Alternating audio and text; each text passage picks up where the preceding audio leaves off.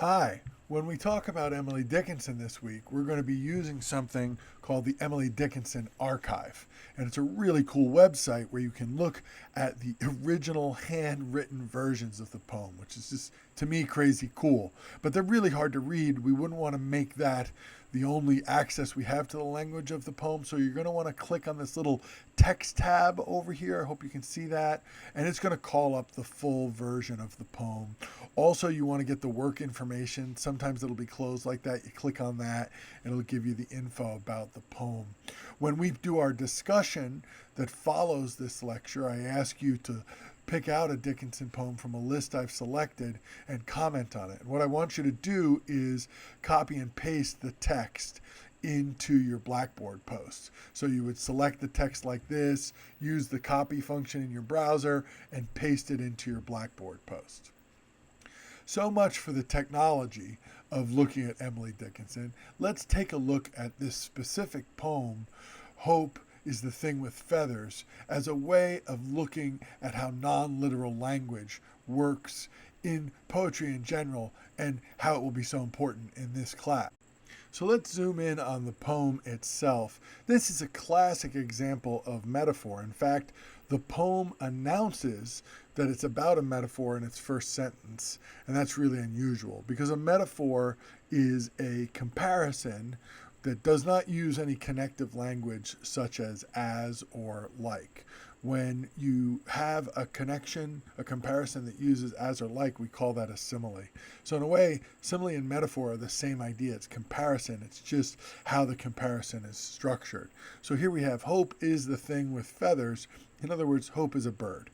And the poem unpacks that idea of hope as like a bird, but without saying like. So hope is a bird, a direct comparison, and that allows you to talk about things like, and it allows Dickinson to talk about things like how it perches, and how it's the sweetest, how it keeps us warm, how it's little, and also the idea of a crumb, asking for a crumb. So it's a lovely poem.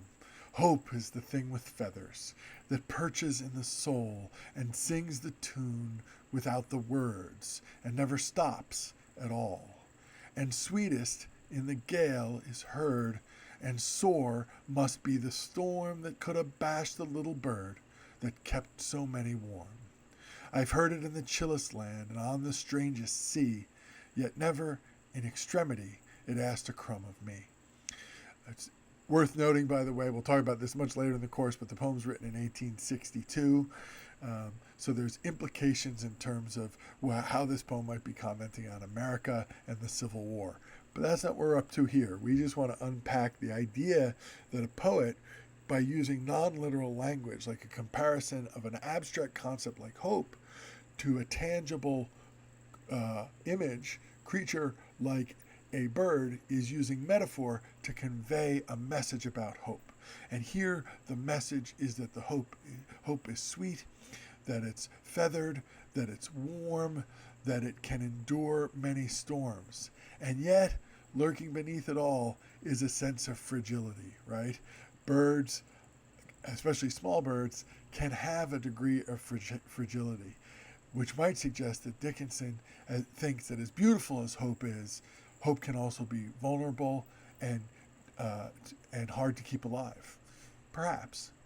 That's the fun of making these kind of interpretations and exploring beyond the literal meaning of language in literature.